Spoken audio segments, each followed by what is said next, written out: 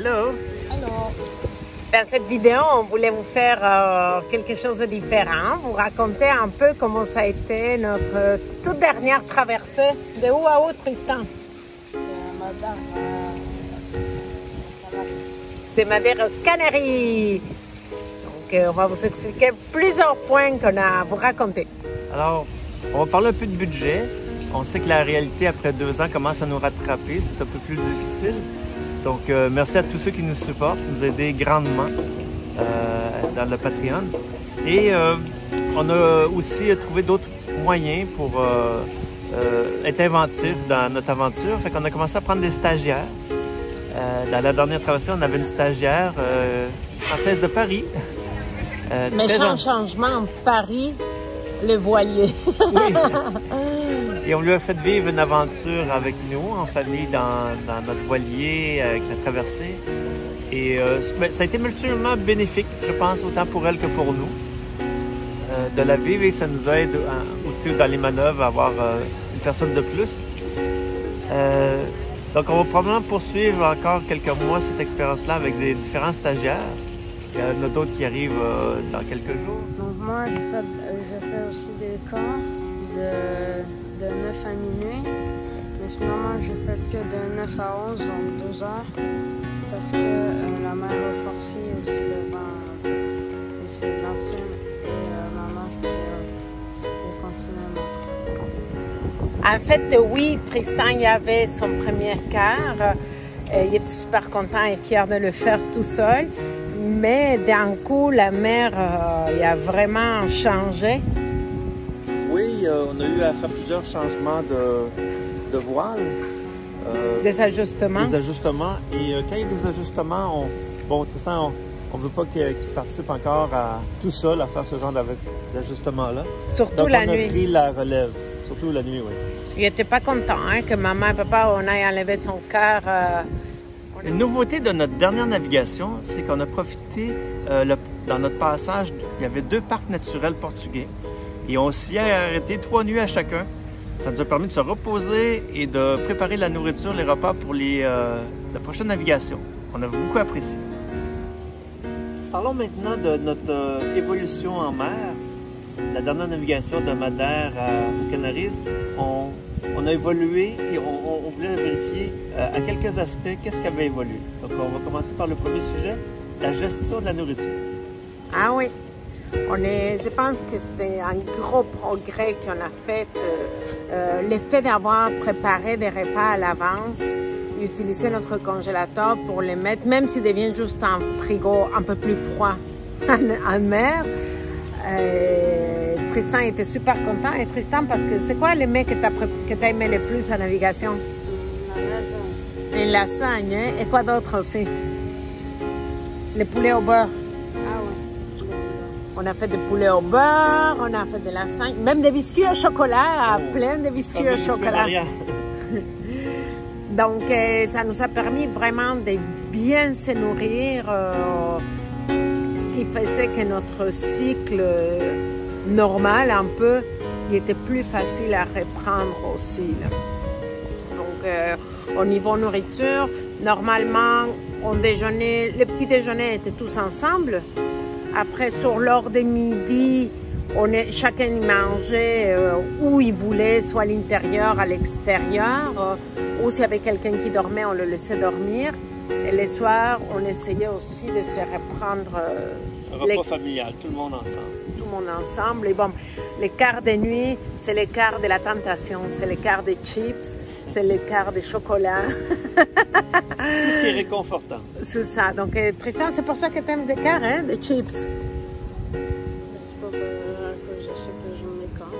C'est pas à cause de ça que tu aimes les quarts?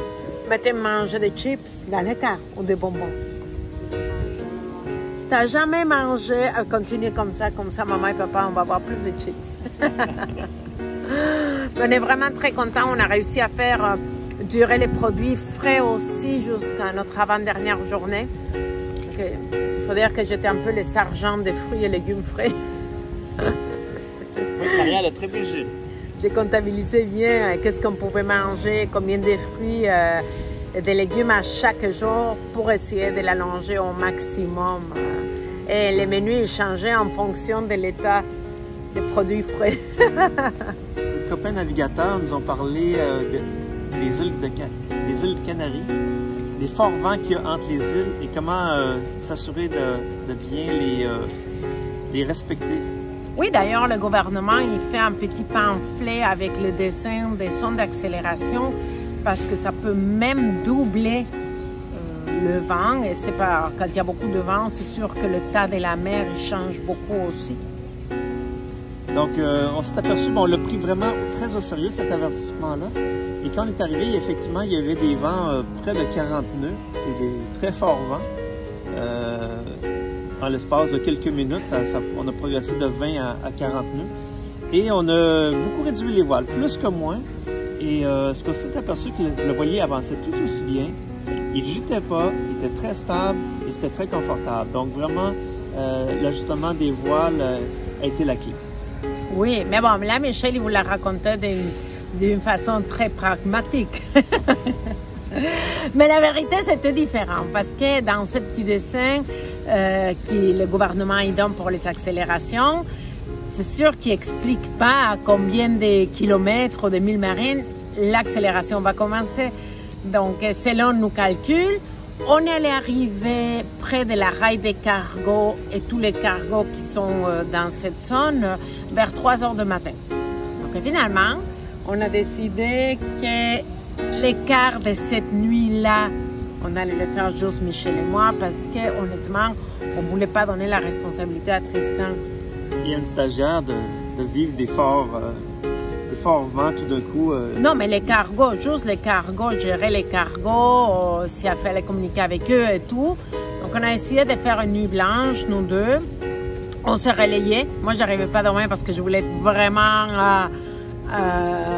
attentive à ce qui arrivait. Donc, Michel il a réussi à dormir des petites 2 heures par-ci, par-là dans la nuit. Et bon, je disais, OK, à 3 heures du matin, on voyait le phare de l'île de Tenerife et on voyait la silhouette.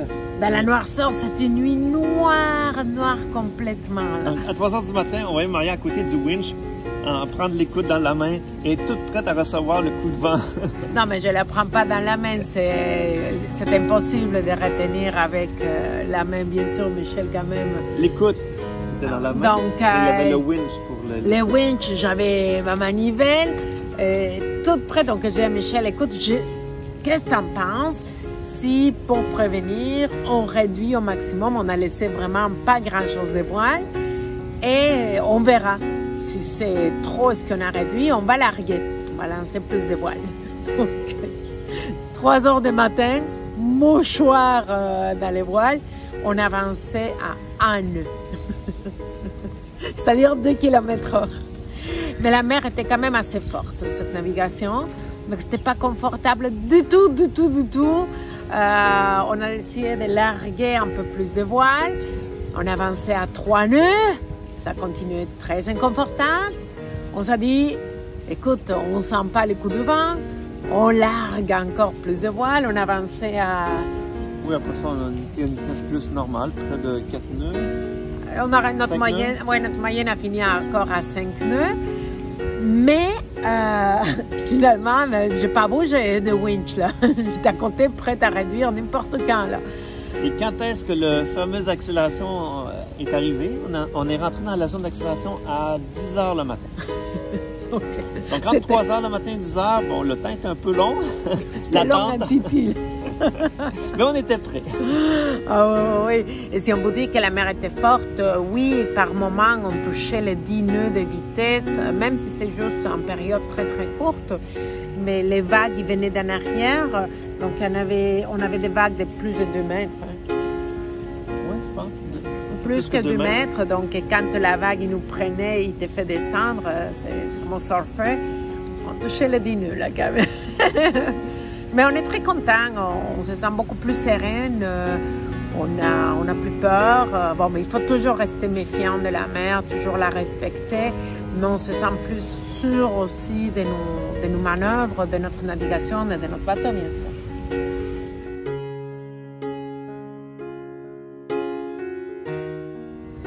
Un sujet aussi qu'on vous a jamais parlé, c'est l'état du bateau après une traversée.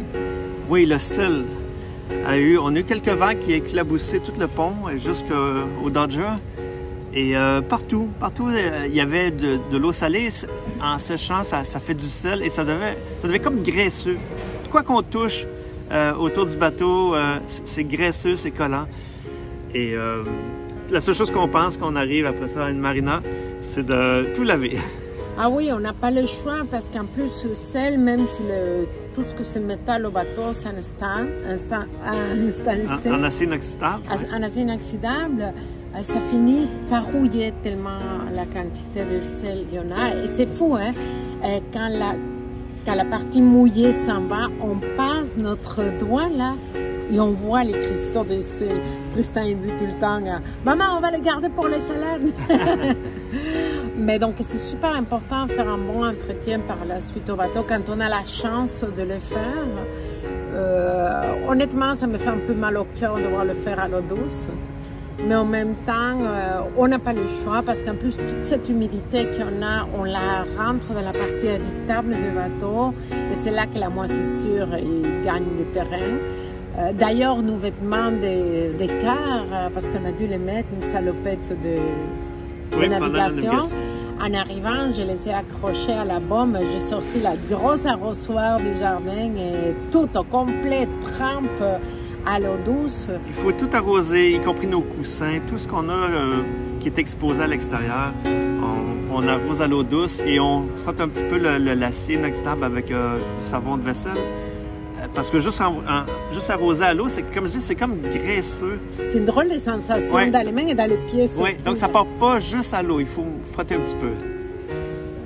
Alors, pour terminer, on va profiter de remercier tous nos commanditaires chez Patreon. C'est grâce à vous qu'on fait ce voyage. Et on veut introduire nos nouveaux Patreons d'Europe. Alors, les pays qui se sont joints comme commanditaires, il y a la Belgique. Oui, la Suisse. La Suisse, la France. Oui, Porto Santo. Et Porto Santo. Portugal. Un grand merci à chacun de vous. C'est vraiment très apprécié. Allez, bisous à tous.